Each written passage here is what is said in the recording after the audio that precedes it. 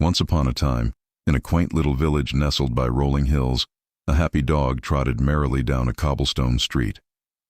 His tail wagged like a metronome set to a joyful tune.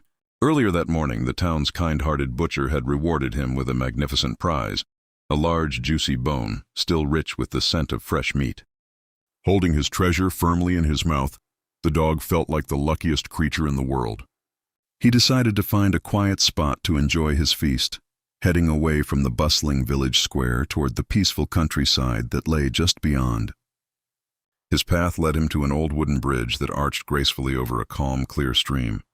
The water flowed so gently that its surface was as smooth as a polished mirror, reflecting the brilliant blue sky and the fluffy white clouds above. As the dog stepped onto the bridge, his paws making a soft thumping sound on the planks, he happened to glance down into the water. There, looking back up at him, was another dog. This dog, he noticed with a start, also had a bone in its mouth. The dog on the bridge stared intently at his reflection.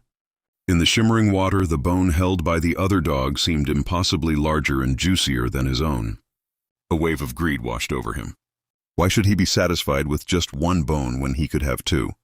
He decided he must have that other, better bone for himself. Forgetting the delicious prize he already possessed, he prepared to scare the other dog away and claim its treasure. He drew a deep breath, puffed out his chest, and opened his mouth wide to let out a ferocious, intimidating bark. But the moment his jaws parted, a tragic thing happened. The precious bone he was holding tumbled from his mouth, spun through the air, and landed in the stream with a loud splash.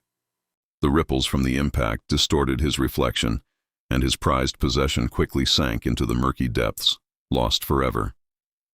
The dog stared bewildered into the now empty water. The other dog and its magnificent bone had vanished. He stood alone on the bridge, foolish and hungry, having lost everything by trying to grasp for more.